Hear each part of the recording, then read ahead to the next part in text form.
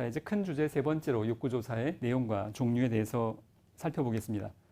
욕구조사의 내용에 어떤 내용이 포함되어지는가에 대한 내용인데요. 기초자료로서 지역적인 특성, 소득 수준, 가족 수, 성별 분포, 연령, 혼인, 거주 형태, 종교 분포, 주택 보급률, 국민기초생활보장 수급자 등의 자료가 조사되어질 필요가 있겠는데요.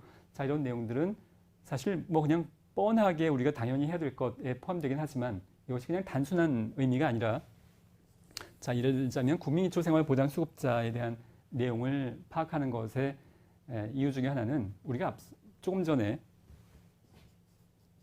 서비스 우선순위에 대해서 몇 가지 측면에서 언급을 했었습니다. 사회복지사가 줄 수 있는 서비스가 10이라면 대기자가 100에 해당이 되기 때문에 우리는 100명 중에 10명을 우선순위를 결정을 해야 될 텐데, 그 우선순위를 결정함에 있어서 국민기초생활보장 수급 여부, 즉 절대 빈곤의 여부는 굉장히 중요한 기준이 될 수 있습니다.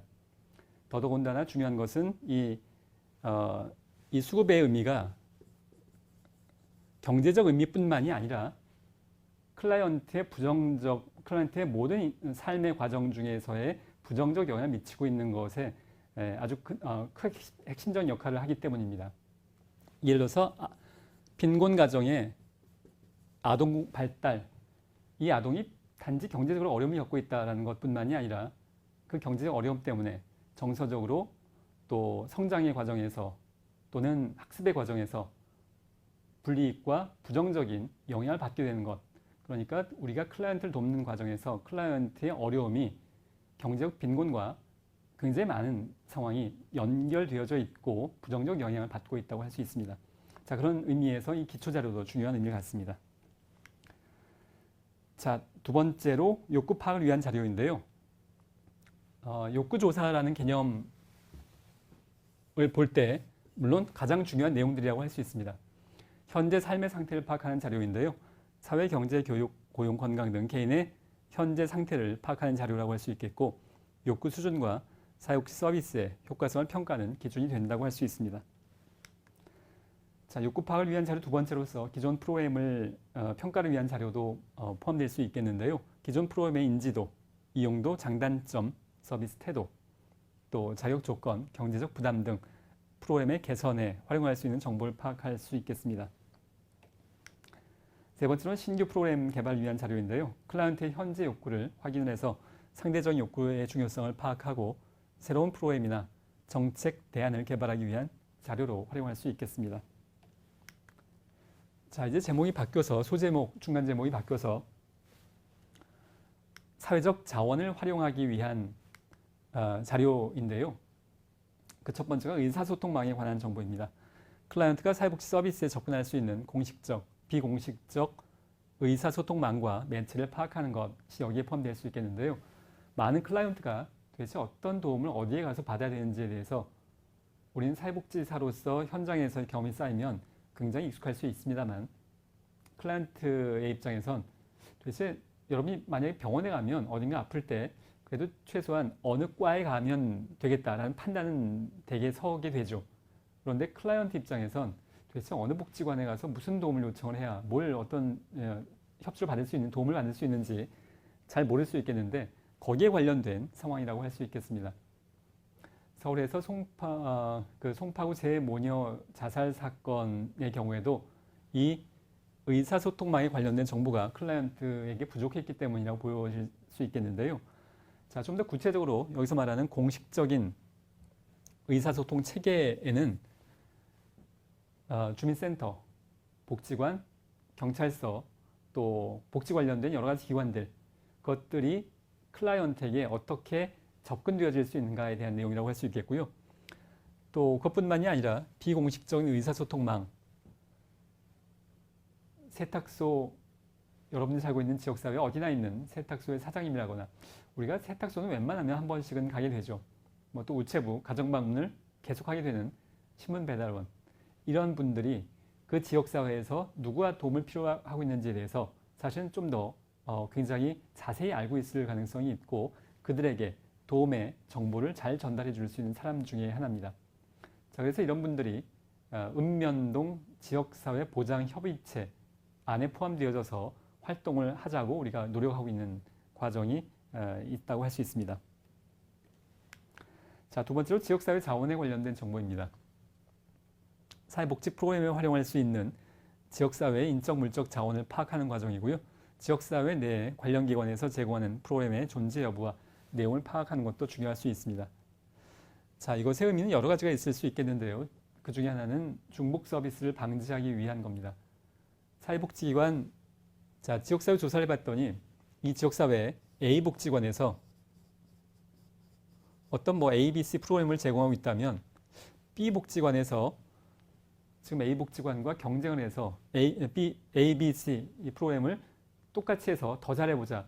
사실은 이것도 의미가 있을 수는 있습니다만 반드시 그래야 할 필요는 없습니다. A복지관에서 이걸 하고 있다면 D, E, F 다른 프로그램을 제공하는 것이 사회복지적 의미에 더 부합할 수 있겠습니다. 물론 A복지관에서 제공하는 이게 어떤 양적인 측면에서 부족하다면 다른 복지관에서도 계속해서 동일한 걸 제공할 수 있겠습니다만 그것이 어느 정도 충족되어지고 있다면 굳이 우리가 마치 영리회사들이 경쟁하듯이 그런 방식으로 접근할 이유는 없을 겁니다. 자, 세 번째로 정치적 자원에 관련된 정보입니다. 사회복지 프로그램이 성공적으로 진행되기 위해서는 지역사회를 대표할 수 있는 사람들이나 지도자들의 지지가 필요하기 때문에 이와 관련된 정보를 파악하는 것이 필요할 텐데요. 제가 군 단위의 시골 지역에서 거주시설의 사무국장으로 근무한 적이 있는데요. 거기에서 마을 이장님의 동의는 굉장히 중요한 의미를 갖습니다. 마을 이장님이 탐탁지 않게 생각하면 일이 잘 진행되지 않습니다. 뭔가 새로운 사업을 진행할 때 첫 번째 할 일 중에 하나는 이장님을 찾아가서 이제 바카스 한 박스 이렇게 들고 가서 이장님을 설득하는 것부터 시작을 해야 되는데요. 도시 지역엔 통장이나 반장들이 큰 영향이 없을 수 있겠지만 아파트 지역이라면 또 어떤 지역에 따라서는 부녀회가 굉장히 막강한 영향력을 미치기도 하죠. 부녀회장은 정치적 자원일 수 있습니다. 자, 다음으로 욕구조사의 종류에 대해서 살펴보겠습니다. 첫 번째, 클라이언트 중심 욕구조사인데요. 아동, 청소년, 노인, 장애인, 여성 등 특정 인구 집단을 대상으로 서비스를 제공하거나 프로그램을 운영해서 사회복지 조직에 의해서 실시되는 욕구조사인데요. 자, 아동, 청소년, 노인. 그러면 이것은 인구학적 의미의 분류라고 할 수 있겠고요.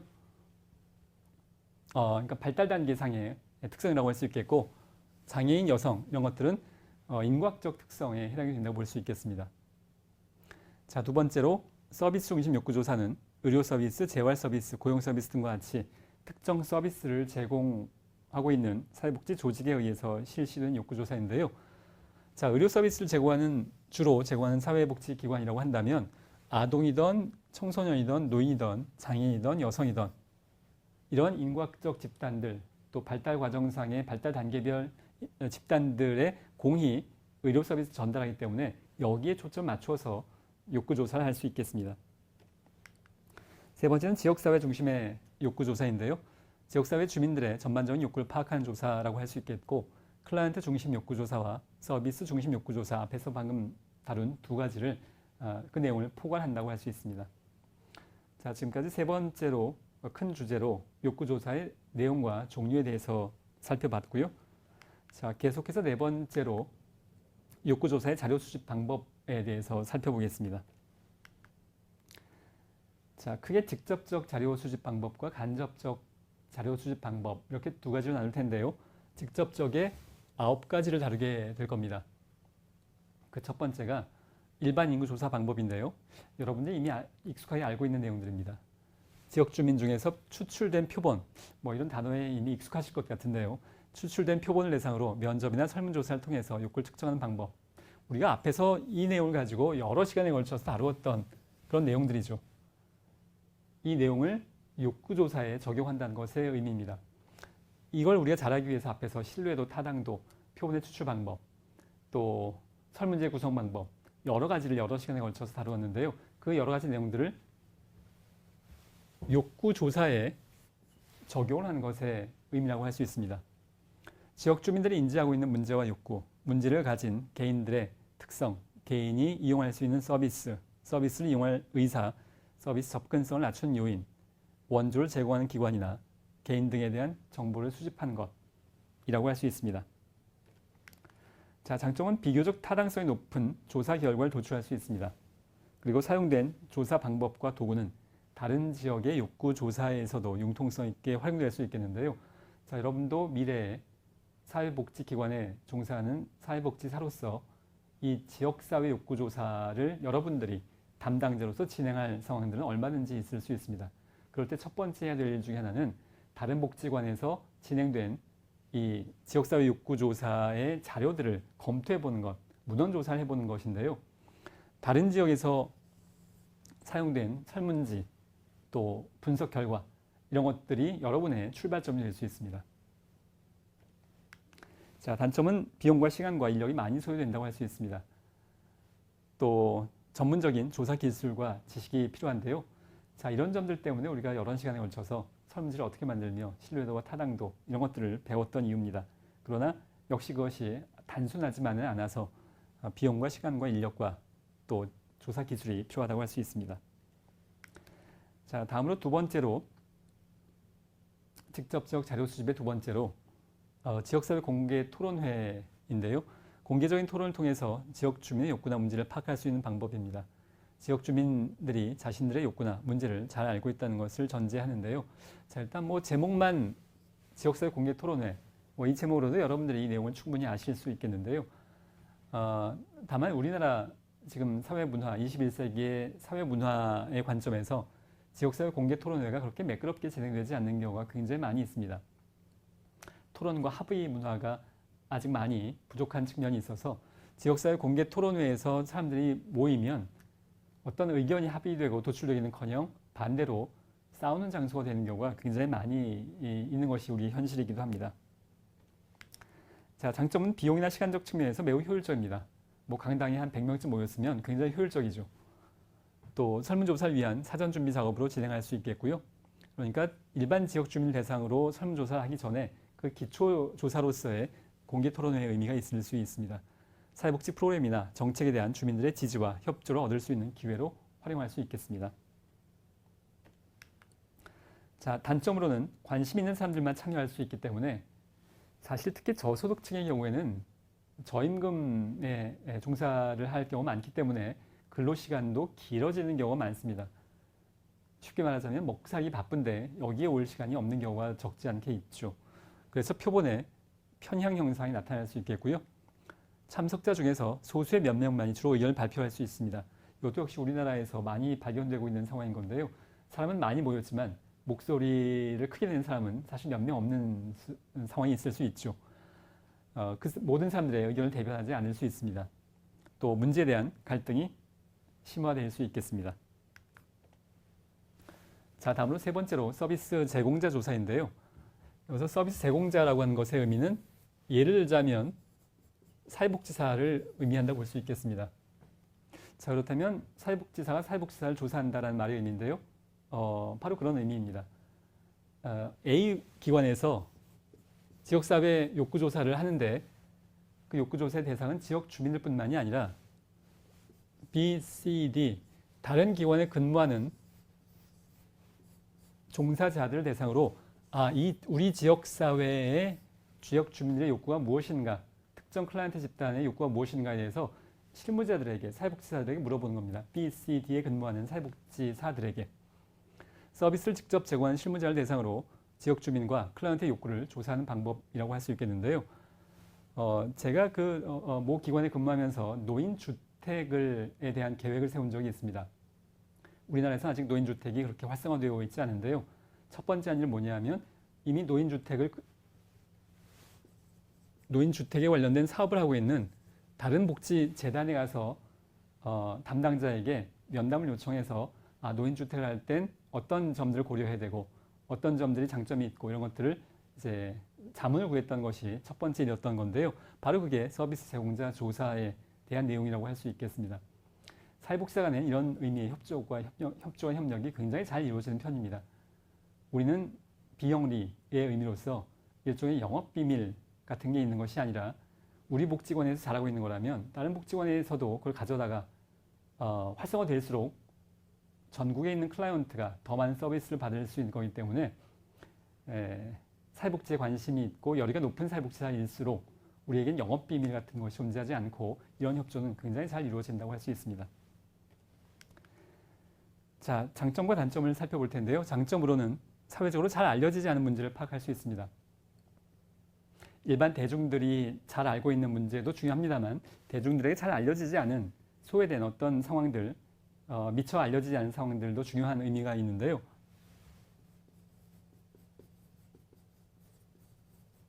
다문화 가족의 경우에 우리가 일반적인 대중들이 생각할 수 있는 사회복지 프로그램은 결혼 이민자들, 저개발 국가에서 결혼해서 우리나라에 이주해온 결혼 이민자들을 어떻게 하면 한국 문화를 잘 가르쳐서 뭐 김치 담그는 법부터 시작해서 한국말을 알려주고 이런 것들이 이제 대중들이 갖고 있는 아이디어의 사회복지 프로그램인 셈인 건데요.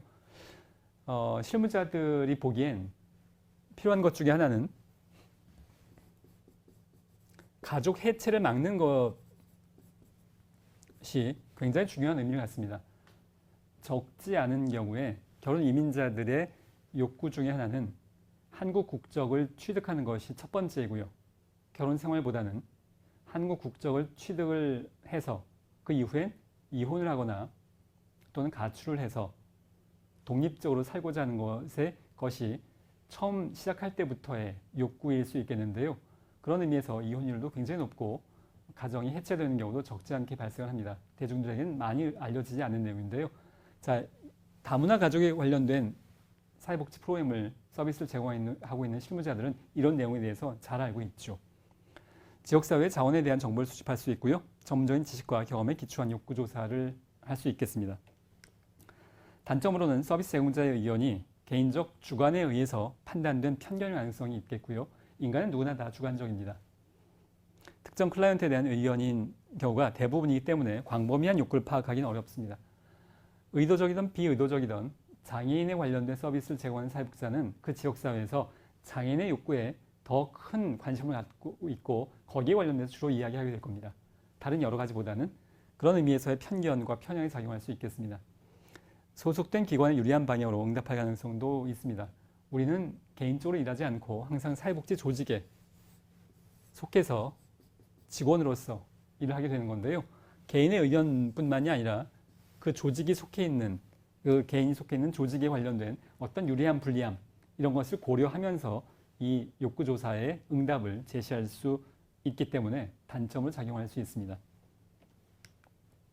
자, 다음으로 주요 정보 제공자 조사인데요. 이걸 영어로는 Key Informant라고 이야기합니다.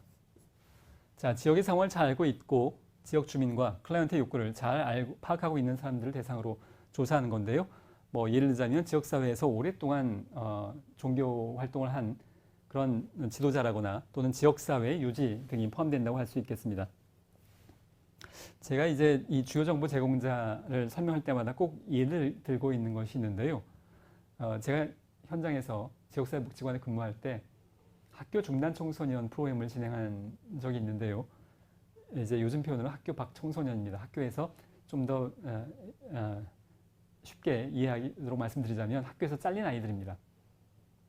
그래서 학교를 다니지 않고 지역사회에서 뭔가 특별히 할 일을 못 찾고 있는 그런 아이들을 대상으로 프로그램을 진행을 했던 건데요. 자, 이 학교 중단 청소년에 관련된 키 인포먼트가 누구냐 하면 제가 근무했던 지역사회복지관의 그 지역사회의 상황에서의 키 인포먼트는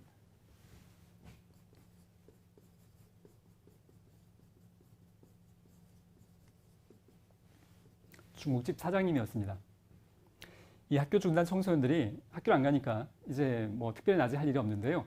어디에 많이 모이냐면 중국집에 모여서 이제 알바도 하고 식당에서 알바하면 제일 좋은 것 중에 하나가 식사를 되게 이제 무료로 공짜로 제공받을 수 있는 거죠. 짜장면도 공짜로 먹고 배달도 좀 하고 그리고 이 청소년들이 여기에 모였던 중요한 이유 중에 하나는 배달하는 스쿠터를 탈 수 있다는 겁니다. 그 배달에 쓰인 작은 오토바이죠. 이 오토바이를 타고 골목을 누비면서 빠른 속도로 달려가는 게 이 친구들이 할 수 있는 굉장히 중요한 그 유희이고 아주 멋있어 보이는 장면이었기 때문에 학교 중단 청소년들이 이 중국집에 모여서 배달이 바쁘지 않은 시간에 이 스쿠터도 좀 타고 다니고 짜장면도 먹고 뭐 알바도 하고 이러면서 이 아이들이 굉장히 많이 모여 있었는데요. 그래서 이 중국집 사장님이 이 아이들에 대해서 아주 훤하게 알고 있습니다. 그래서 사회복지 제가 맨 처음에 이 프로그램을 진행을 할 때 이 아이들의 상황을 자세히 알기 위해서 그 정보를 그대로 또 이 아이들의 세부적인 욕구를 파악하기 위해서 만났던 분 중에 하나가 중국집 사장님이었고요. 자, 다시 한번 보겠습니다. 지역의 상황을 잘 알고 있고 지역 주민과 클라이언트, 학교 중단 청소년의 욕구를 잘 파악하고 있는 사람을 만나서 학교 중단 청소년들의 욕구와 세부적인 내용을 조사해 가는 그런 방법이 주요 정보 제공자 조사라고 할 수 있습니다. 자, 장점은 비용과 인력이 적게 소요되므로 경제적이라고 할 수 있겠고요. 표본의 선정이 용이합니다. 또한 양적 정보뿐만이 아니라 질적 정보도 파악할 수 있습니다. 자, 단점으로는 주요 정보 제공자들이 가지고 있는 정보의 양과 질에 의존하는 할 수밖에 없고요. 물론 편향, 편견이 있을 수 있습니다. 유의표지법, 우리가 앞에서 표본 추출 방법에서 비확률 표지법에서 다루었던 내용입니다. 유의표지법에 해당이 되기 때문에 표본의 편향 형상이 나타날 수 있고 역시 대표성이 떨어질 수 있는 것에 대해서는 불가피한 측면이 있습니다. 주요 정보 제공자들의 의견이 지역 주민의 의견을 항상 잘 또는 학교 중단 청소년들의 의견을 잘 반영하는 것은 항상 아닐 수 있습니다. 잘 알고 있지만 그럼에도 불구하고 정작 학교 중단 청소년들의 제대로 된 욕구와 좀 동떨어진 정보를 제공하거나 답변을 할 수 있을 가능성은 또 얼마든지 열려 있습니다. 단점으로서의 내용이었고요. 자, 다섯 번째로 델파이 기법에 대해서 살펴보겠습니다.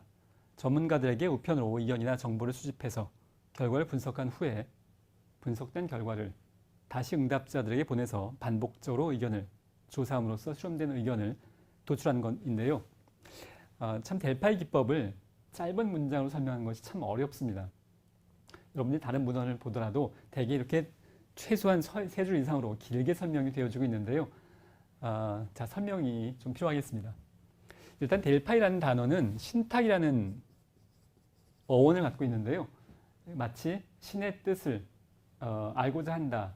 이 방법을 통하면 신의 뜻을 알 수 있다. 뭐 이러한 의미의 내용이라고 할 수 있겠고요. 자, 이 과정을 좀 더 구체적으로 예를 들어보면 전문가들에게 지역사회의 빈곤 문제를 해결하기 위해서 어떤 해결책이 있겠는가를 일단 전문가들에게 하는 겁니다. 일반 지역 주민들이 아니고요. 전문가들에게 조사하는데 이것을 우편으로 해서 지금 여러 명의 전문가들에게 우편을 보냅니다. 익명으로 하기 위해서. 자, 익명에 대한 얘기는 이제 잠시 후에 또 나오겠고요. 우편 조사를 해서 의견을 물어보면 거기에 대한 대안을 전문가들이기 때문에 여러 가지 의견을 낼 수 있겠습니다. 대안이 뭐 A, B, C, D. 전문가들은 물론 더 여러 명일 수 있고요. 자, 전문가들이 낸 의견을 첫 번째 우편 조사에서 조사해 봤더니 A, B, C, D, E, F 6가지의 의견이 모아졌습니다. 이게 뭐 20명으로 제일 많고요. 이게 10명이었고 5명, 1명, 1명, 1명. 자, 이렇게 된 조사 결과를 분석 이렇게 했습니다. 그리고 이 결과를 다시 한번 알려줍니다. 우편을 보내서. 자, 1차 조사해 봤더니 A 대안의 빈곤을 해결하기 위한 대안으로서 A가 가장 많았고요. 빈곤에 대한 대안으로서 F는 제일 적었습니다. 이 결과를 다시 한번 우편을 통해서 알려주고 또 한 번 의견을 묻습니다. 우리 지역사회의 빈곤을 해결하기 위해서 어떤 정책적 대안이 있겠습니까? 라고 물으면 두 번째 응답에선 이게 없어지고 점점 더 많은 의견이 좁혀지면서 수렴되더라는 겁니다. 소수의 의견들은 점점 이걸 2차례, 3차례, 4차례 이렇게 반복하다 보면 소수의 의견들은 점점 없어지면서 어떤 한 의견으로 수렴되는 의견이 합의되어 가는 그런 현상을 발견했고요. 그러한 방법이 이 델파이 기법이라고 할 수 있습니다. 자, 장점은 전문가입니다. 전문가가 한 자리에 모이지 않아도 되고 각자 자유로운 시간에 의견을 표명할 수 있습니다. 물론 이 방법도 이제 미국에서 개발됐는데요. 미국이 비행기가 굉장히 발달해 있습니다만 그럼에도 불구하고 동부와 서부의 학자들이 한 자리에 모이는 것은 굉장히 쉽지 않습니다. 전문가가 한 자리에 모이지 않아도 되고 각자 자유로운 시간에 의견을 표명할 수 있는 것이고요. 익명이기 때문에 다른 참가자들의 영향력을 줄일 수 있다는 것도 굉장히 중요한 의미를 갖습니다. 우리나라에선 더더욱 그런데요. 전문가들입니다. 전문가들이 이렇게 모여서 한 자리에 원탁에 모여서 자, 우리 지역사회 빈곤을 해결하기 위해서 어떻게 하면 좋을까요? 의견을 제시하는데 대개 학계에도 학맥, 인맥들이 존재합니다. 여기가 원로 교수고요. A가 원로 교수인데 B, C, D가 그 학교를 졸업한 후배 교수들입니다. 그러면 원로 교수가 뭔가 대안을 제시했을 때 B, C, D 후배 교수들이 이걸 반대하기는 쉽지 않은 것이 미국의 상황도 그렇고요. 우리나라의 상황은 더더욱 그렇습니다. 자유로운 의견을 이끌어내기 위해서는 그래서 익명이 실제로 참가하면 뭔가 서로 영향력을 주고받기 때문에 하고 싶은 얘기를 다 못하는 상황들이 발생할 수 있고 그래서 익명으로 다른 참여자들의 영향을 줄일 수 있다는 장점이 있겠고요. 전문가들의 합의를 여러 차례 반복해서 이것을 주고받고 하다 보면 의견이 그 대표적인 의견 몇 개로 좁혀지더라는 겁니다. 자, 단점은 조사를 반복하는 과정에서 이것은 여러 번 우편이 왔다 갔다 해야 되기 때문에 시간이 많이 소요된다고 할 수 있겠고요. 조사를 반복하는 동안에 응답자의 수가 이제 번거롭죠. 응답자 입장에서 여러 번 하려면 줄어들 수 있습니다. 또한 창의적인 의견이 무시될 수 있는 측면의 단점도 있습니다. 그런데 이제 델파이 기법의 장점은 창의적 의견을 다양하게가 아니라 소수의 몇 개의 가능한 정책적인 대안을 수렴해 나가는 과정이기 때문에 반대편의 의미에서 창의적 의견은 물론 무시될 수 있다는 단점이 있습니다. 자, 다음으로 6번째 초점 집단 면접법입니다. 조사의 주제와 관련해서 가장 중요한 정보를 얻을 수 있는 소수의 사람을 표본으로 자, 키워드 중에 하나가 소수입니다. 소수의 사람을 표본으로 선정해서 심층적으로 면접하는 방법이라고 할 수 있겠고요. 이 면접에 참여자들은 자신의 생각과 경험 등을 상세하게 진술할 때 설문지의 양적인 조사 차원이 아닌 상세하게 진술할 때 효과가 발휘될 수 있겠는데요. 예를 들자면 학교 중단, 학교 폭력, 가해자나 또는 피해자. 자, 비교하자면 전국의 가해자와 전국의 피해자에게 표준화된 설문지를 돌려서 어떤 내용을 조사하는 욕구조사가 아니라 가해자 중에 뭐 한 5명, 피해자 중에 한 5명을 따로따로 만나서 그 학교 폭력이 벌어졌던 상황을 세부적으로 면접을 통해서 물어보는 겁니다. 그 상황이 왜 발생을 했으며 그때 친구들은 어떤 태도를 취했고 이것을 어떤 피해가 있었으며 그때 느끼는 감정은 어땠고 이런 것들을 세세하게 세부적인 내용을 조사하는 과정이 초점 집단 면접법. 그러니까 초점이 맞춰진 소수에게 내용을 알아보는 것의 차원입니다. 자, 7번째로 표적인구조사법입니다. 프로그램 제공을 통해서 문제 해결의 대상으로 삼는 표적 집단의 설문조사를 실시해서 욕구와 서비스 이용 상태를 파악하는 방법이라고 할 수 있겠습니다. 우리가 보통 어떤 프로그램에 대한 일반 집단이라고 썼고요. 우리가 어떤 프로그램에 대한 참가자를 좁혀나가는 과정에서 일반 집단, 위험 집단, 또 표적 집단, 타겟 집단이라고도 합니다. 또 클라이언트 집단, 이걸 이렇게 좁혀나가는 형태로 마지막에 최종적인 클라이언트 집단을 선정하기까지 처음부터 한 10명 클라이언트를 딱 정하는 것이 아니라 일반 집단에서 위험 집단에서 표적 집단에서 점점 좁혀나가는 과정을 우리가 보통 일반적인 과정을 겪게 되는 건데요. 이 표적 집단을 대상으로 조사하는 건데 자, 우리가 고독사에 관련된 상황을 막기 위해서 자원봉사자들이 하루에 한 번씩 가정 방문을 하는 그런 형태의 프로그램을 만든다고 했을 때 지역사회의 도시라면 뭐 굉장히 시골 지역도 마찬가지죠. 굉장히 많은 노인들이 있는데 그 노인을 처음부터 다 대상으로 할 수는 없습니다. 일반 집단, 우리 지역사회에 독거노인을 일단 일반 집단으로 삼고요. 고독사에 대한 위험이 있는 독거노인 중에서 80세 이상이면서 질병이 있거나 이것은 뭐 예를 들어서입니다. 80세 이상이면서 질병이 있는 경우에 더 고독사회 위험이 있을 수 있겠다. 사회생활이 어려우니까 그런 의미에서의 독거노인 중에서 이 사람들을 선발해서 위험 집단으로 상정을 할 수 있고요. 자, 이 중에서 역시 이 사람들을 한꺼번에 다 처음부터 접근할 수는 없으니까 지금 지역사회복지관, 노인복지관에서 관할하고 있는 지역 중에 A동부터 시작하겠다. 여기를 표적으로 하겠다. 그리고 이 중에서 동의되어진 클라이언트가 사회복지기관의 도움과 서비스를 반드시 동의한다는 법은 없습니다. 원하지 않을 수도 있는데요. 자기 결정에 의해서. 그 중에서 동의한 사람들. 그래서 이 더 넓은 인구 집단에서 이걸 점점 좁혀나가는 과정인데요. 이 중에서 이 표적 집단에 해당하는 사람들에 대해서 설문조사나 면접을 통해서 욕구를 파악하는 방법입니다. 자, 다음으로 관찰법인데요. 조사 대상인 개인, 집단, 지역사회 행동이나 사회현상에 대해서 현장에서 직접 보고 들은 내용을 체계적으로 기록함으로써 필요한 자료를 수집하는 방법. 우리가 앞에서 자료 수집 방법에서 했던 내용에 해당합니다. 그 관찰법을 욕구조사에 적용을 한다라고 보시면 되겠습니다. 자, 아홉 번째 직접 경험법은 조사자가 조사 대상자의 생활에 직접 참여해서 조사하는 방법인데요. 이것은 우리가 앞으로 질적 조사에서 많이 다루게 될 텐데, 관찰법은 예를 들자면 노숙인의 생활을 제3자적 관점에서 옆에서 관찰하는 겁니다. 그런데 직접 경험법은 조사자가 노숙인과 함께 지하도에서 자는 경험을 실제로 그들의 생활에 들어가서 그들과 함께 생활하는 것을 직접 경험법에 의한 욕구조사라고 할 수 있겠습니다. 자, 다음으로 간접적인 자료 수집 방법 두 가지를 볼 텐데요. 첫 번째는 사회지표 분석입니다. 이것도 앞에서 자료 수집 방법에서 했던 내용들인데요. 간략히 보겠습니다. 정부기관이나 연구기관에서 정기적 또는 비정기적으로 발표한 자료를 활용해서 지역사회와 클라이언트의 욕구를 파악하는 방법. 우리가 이 간접적은 앞에서 다뤘을 때 2차 자료 분석이라는 내용으로 다뤘던 것과 동일한 내용입니다.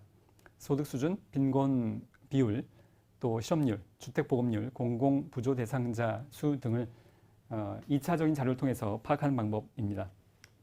다음으로 행정자료 조사인데요. 지역사회 사회복지기관이나 사회단체 등에서 행정 및 관리를 위해서 수집한 자료를 분석을 해서 지역사회와 클라이언트의 욕구를 파악하는 방법인데요. 사회복지기관의 서비스 이용 현황, 병원에서 차트가 있듯이 사회복지 서비스를 제공한 여러 가지 기록들이 있을 텐데요. 자, 그런 것들을 파악함으로써 지역사회 욕구를 알아내고자 하는 방법입니다. 자, 지금까지 욕구조사의 자료 수집 방법에 대해서 살펴봤고요. 자, 마지막으로 욕구조사의 적용에 대해서 사례를 보겠습니다. 자, 부송 지역사회복지관의 지역사회 욕구조사의 내용을, 물론 이 내용을 이제 자세히 설명드리기는 어렵고요.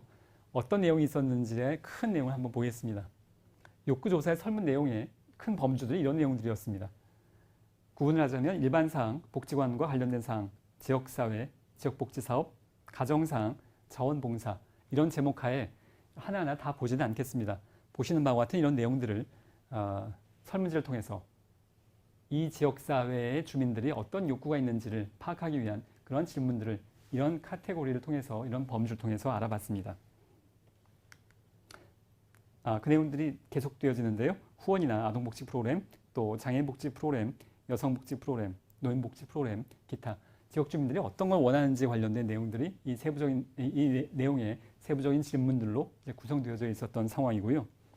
자, 지금 보시는 내용이 이 지역사회 그 중에 일부인 지금 봤던 여러 가지 범주의 하나에 해당하는 지역복지 사업에 대한 욕구를 보고 계신데요. 자, 제목만 보면 자격증 교실, 취미 교양, 지역 축제 한마당, 가족관계 개선 프로그램, 또 주민교양대학, 외국어 문화교실, 건강교실, 기타 여러 가지 내용들, 지역복지와 관련됐을 때 지역 주민들이 원하는 내용들은 이러이러한 것들이다라는 것이 조사된 상황입니다. 자, 두 번째로 구로노인 종합복지관의 지역사회 욕구조사를 볼 텐데요. 구로노인 종합복지관 이용자 만족도 및 지역사회 욕구조사 보고서, 이것들은 여러분들이 그 전자도서관에서 검색을 하실 수 있을 겁니다. 구조화된 설문지, CSISW라는 사회복지시설 이용자 만족도 조사 체계, 이미 구조화된 설문지가 마련되어져 있는데요. 그걸 이용해서 이 구로노인복지관에서 활용을 했고요.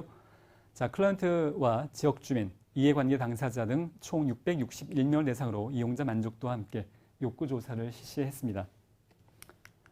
자, 2011년도부터 2013년도까지 복지관 이용자의 만족도를 조사한 결과 100점 만점으로 과정, 성과, 요소, 체감, 종합 이것들의 점수가 80점 이상으로 나와서 상당히 높은 점수로 나왔다고 볼 수 있겠고요. 자, 세부적인 내용은 여러분들이 이제 전자도서관에서 검색하실 수 있겠습니다. 좀 더 자세히 보려고 하는 내용들은 욕구조사에 관련된 내용인데요. 자, 성인을 대상으로 했고요. 그러니까 꼭 노인만을 대상으로 하지는 않았습니다. 노인의 욕구를 파악하기 위해서 노인만 응답하는 것이 아니라 노인을 모시고 있는 가정에서 그런 성인들이라면 또 굉장히 중요한 그들의 의견이 있을 수 있겠죠. 지역사회 인식과 관련됐을 때 지역사회 애착, 지역사회 참여 및 의견 개진, 지역사회 문제 인식, 또 지역주민 욕구로는 보호, 보육, 여가문화, 교육, 또 인구 사회학적 특성 및 행복도와 구로노인 종합복지관의 인지도 등에 대해서 살펴봤는데요. 자, 제가 마지막으로 여러분들과 좀 더 살펴보고 싶은 내용은 구체적인 문항에 대한 내용들입니다. 욕구조사의 문항을 예시로 몇 가지 볼 텐데요. 물론 다 볼 수는 없겠고 9번이었습니다. 이 자료 중에서 다음은 여러분들이 동네에서 저는 이런 단어는 참 적절하다고 보여집니다. 우리가 지역사회, 저도 오늘 이 시간에 지역사회라는 단어를 수십 번 사용했습니다만 일반 지역 주민들 입장에서 그렇게 썩 익숙한 단어는 아닐 수 있습니다. 우리 동네에서 겪을 수 있는 노인복지 관련된 문제인데 각 문항별로 어느 정도 심각하다고 생각하시는지에 대해서 4점 척도입니다. 전혀 심각하지 않다부터 매우 심각하다까지 리커트 척도이고요. 그 내용들을 보면 질병과 간호, 여가 선용 등의 노인 돌봄 문제, 노인 방임 및 학대 예방 문제, 쉼터 및 노인복지 등의 편의시설 부족, 재취업 상담 및 진로 탐색. 우리나라 노인들의 욕구 중에 계속 일을 하고 싶은 욕구는 굉장히 강한 편에 속합니다. 노후에 관련된 대비가 부족하기 때문에 계속해서 일을 하려는 것이 중요한 욕구 중에 하나인 셈입니다. 체험 등의 기회 부족, 노인들의 심리 정서적 문제. 자, 10번 항목 이런 거였습니다. 동네 어르신들의 좀 더 나은 노후 생활을 위해서 가장 필요한 것은 무엇일까요? 노후 및 신변 문제에 대해서 상담해 줄 사람이 있었으면 좋겠다. 재취업을 통해서 경제활동을 할 수 있도록 도와줬으면 좋겠다. 사회봉사와 재능기부를 통한 자기 실현 기회에 장이 많았으면 좋겠다. 취미 여가 활동을 실천하고 교육받을 수 있는 사회복지시설 및 노인 전문 교육기관이 많았으면 좋겠다. 이런 내용으로 조사가 되어졌습니다. 자, 이제 마지막 한 가지 더 볼 텐데요. 11번. 다음은 어르신들의 건강하고 안전한 노후 생활 영위를 돕기 위한 노인 복지 서비스 분야인데 잘 읽고 문항별로 필요하다고 생각되는 분야와 수준에 대해서 체크를 하도록 그래서 여러 가지 내용들을 묻고 있습니다. 여러분 자료를 통해서 좀 더 내용을 보시기 바라고요. 자, 이제 마지막 화면입니다. 자, 이런 내용들을 통해서 구로노인 종합복지관에서는 지역에 거주하고 있는 노인들의 욕구를 파악하고 그걸 기반으로 해서 노인복지 서비스를 제공하려는 노력이라고 할 수 있겠는데요. 자, 기본적으로 이런 설문지에 대한 응답은 체감된 욕구를 의미합니다. 여러분들이 유의하셔야 될 것 중에 하나는 지역사회 주민들이 원한다고 해서 사회복지사가 그걸 다 들어주는 방식으로 접근하는 것이 항상 정답은 아닐 수 있다는 것의 의미입니다. 제가 오늘 이번 시간에 앞에 부분에서 알코올 중독 클라이언트가 원하는 것은 술을 마시는 것인데 알코올 중독 클라이언트에게 필요한 것은 술을 중단하는 것이어서 이것이 일치하지 않을 수 있다는 건데요. 마찬가지로 지역 주민들이 이런 응답을 통해서 어떤 내용이 수집되고 조사되고 체계적인 통계 처리를 했다고 하더라도 그것이 사회복지사가 반드시 최우선으로 해야 될 정답이냐 하면 그럴 수도 있고 그렇지 않을 수도 있습니다. 제가 최근에 봤던 뉴스 중에 하나가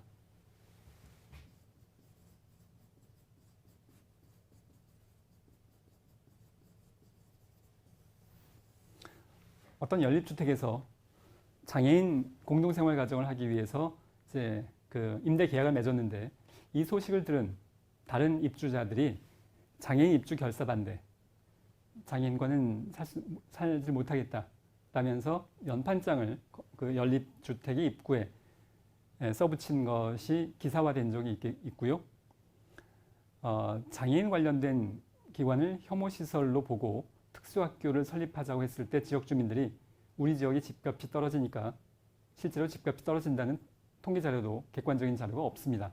그럼에도 불구하고 우리 지역이 집값이 떨어지니까 장애인들의 특수교육기관의 학교의 설립은 절대 반대한다. 공청회하면 모여서 결사반대. 자, 이렇게 지역 주민들의 욕구가 그런 방식으로 지역 주민들이 원하는 건 장애인과 살고 싶지 않다. 일 수 있겠는데요. 자, 그렇다고 해서 사회복지기관에서 지역 주민들의 욕구가 장애인을 반대하는 것이니 그러면 사회복지기관에서 장애인을 반대하는 것을 협력하고 도와주자 라고 할 수는 없는 것이죠. 이것은 중요한 의미를 갖습니다만 이것은 체감된 욕구에 해당하기 때문에 사회복지사는 이것을 바탕으로 체계적이고 종합적인 내용을 분석하고 해석하고 또 접근해 나가야 될 것입니다. 자, 여러분들이 앞으로 사회복지사로서 지역사회복지관에 근무할 때 또는 노인복지관에 근무할 때 이러한 형태의 문항을 만들고 조사를 진행하고 이것들은 분명히 경험하게 될 여러분들의 미래의 역할 중에 하나일 거고요. 이런 내용들이 여러분들의 미래에 참고가 되기를 바랍니다.